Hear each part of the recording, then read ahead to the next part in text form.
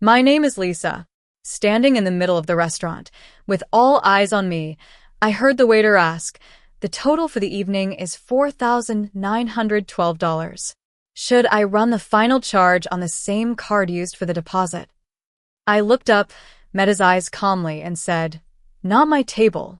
The silence that followed was deafening, slicing through the air like a knife.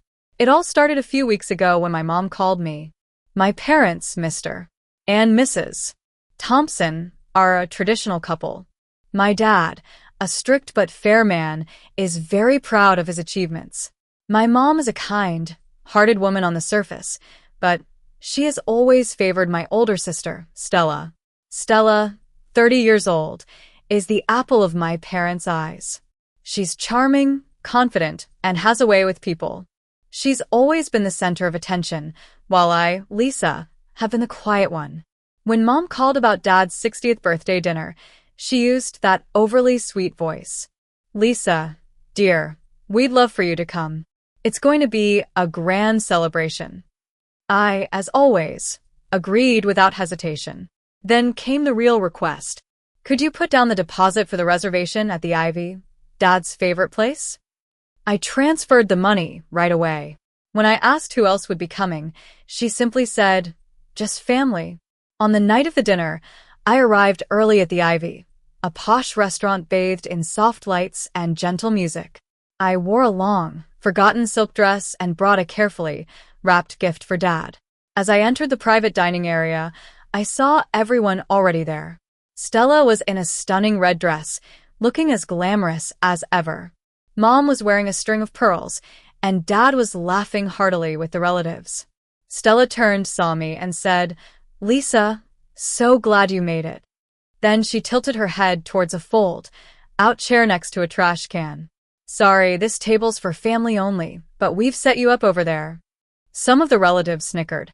Mom gave me a quick wave and looked away. I felt the humiliation wash over me, but I sat down, trying to hold back my tears. For the next couple of hours, I sat there alone, watching them have a great time.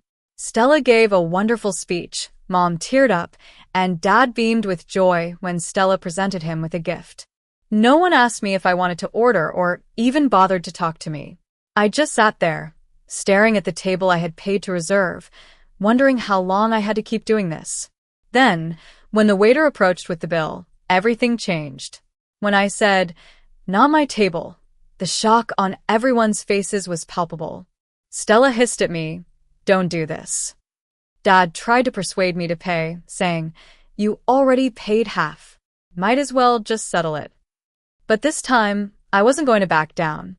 I stood up and said firmly, "I paid the deposit, booked the place, and gave up my weekend to plan this.